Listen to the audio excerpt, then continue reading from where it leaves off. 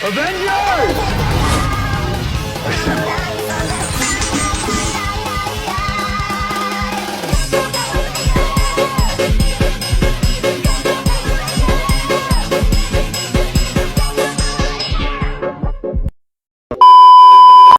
A few moments later.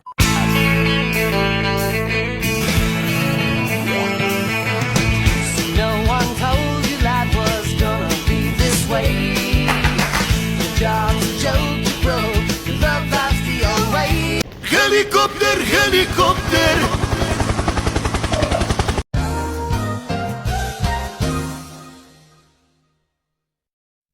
A few inches later.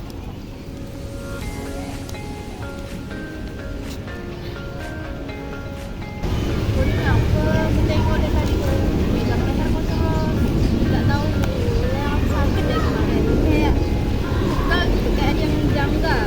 Aku dulu kayak tahu kan kalau pegal gitu apa bekam tak apa itu pun tak tahu ya kan.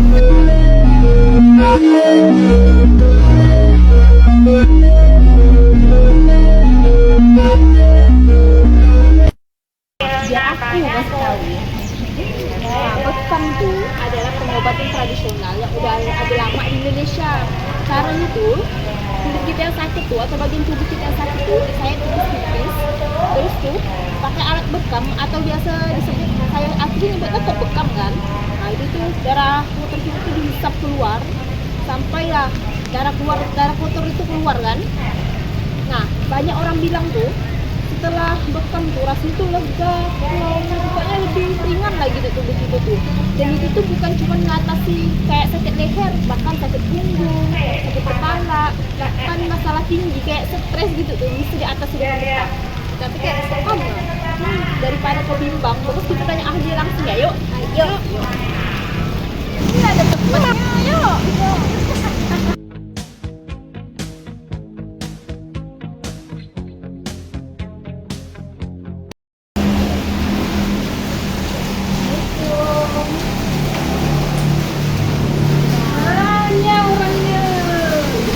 Perkenalkan nama saya Iwalini, saya dari Universitas Tanjung Pura, Prodi Antropologi Sosial. Sebelumnya dengan kakak siapa? Dengan Nida Hamida. Saya ingin mewawancarai kakak nih, apa kakak berkenan? Berkenan. Baiklah. Sejak kapan kakak memulai praktik bekam? Di tahun 2022 di Pondok Pesantren. Bagaimana kakak menjelaskan pengertian bekam itu sendiri menurut pandangan kakak? Menurut saya, bekam adalah terapi tradisional dan yang disunnahkan oleh Rasulullah SAW. Bagaimana kakak membedakan kondisi pasien yang boleh atau tidak boleh untuk dibekam? Yang boleh itu dia punya darah tinggi. Habis itu dia tidak mempunyai riwayat penyakit kencing manis. Yang tidak boleh itu dia darah rendah dan dia mempunyai riwayat kencing manis. Itu yang mempunyai riwayat kencing manis minimal 7 bulan sekali. Dan yang untuk yang normal itu biasanya sebulan sekali juga boleh bekam. Menurut kakak nih, apa manfaat bekam bagi kesehatan? Melancarkan peredaran darah, meredakan nyeri otot dan sendi, meningkatkan daya tahan tubuh.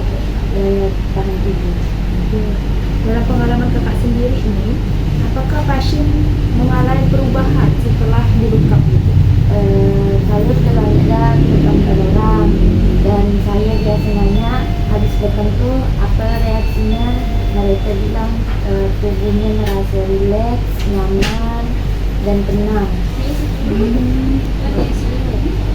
Apakah kakak ini menggabungkan bekam dengan pengobatan medis modern?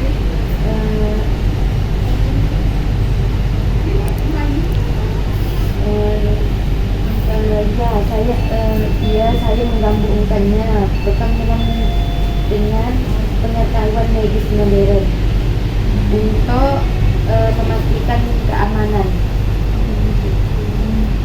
Bagaimana lah respon masyarakat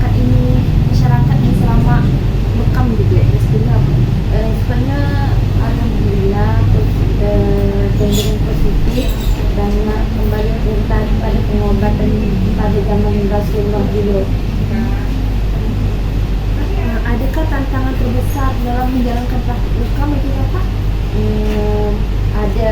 Tantangan terbesarnya itu menjaga standar kebersihan dan keamanan, terutama dalam penggunaan alat bekamnya, sterilnya, tendanya. Selain itu masih ada sebagian masyarakat yang ragu karena kekurangan pemahamannya tentang sunnah Rasulullah. Adakah aturan yang perlu diperhatikan gitu dalam praktik hukam ini sendiri kak? Ada seperti menjaga kesterilan alat. Di dalam alat bekam itu tidak ada boleh nyangkut darah, soalnya nanti darah kalau misalnya kita bekamkan si fulan, kita bekamkan terus alat bekam ini tidak kita bersihkan, nanti itu penyakit si fulan itu akan menular ke penyakit yang si B.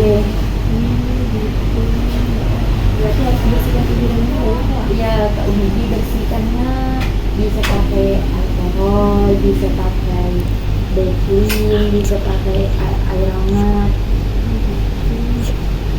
Apakah kakak memandang bekam sendiri ini sebagai bagian tradisi, keyakinan agama, atau hanya sekedar pengobatan alternatif begitu? Kalau dari segi pandang saja,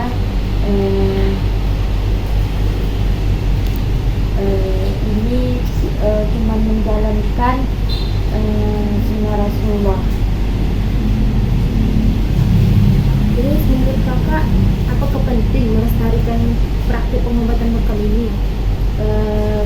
Melestarikan pengobatan bekam penting karena merupakan warisan tradisi yang memiliki nilai budaya sekaligus menawarkan alternatif. Mungkin yang cuma itu yang bisa saya sampaikan kepada kakak. Terima kasih ya kak atas jawabannya.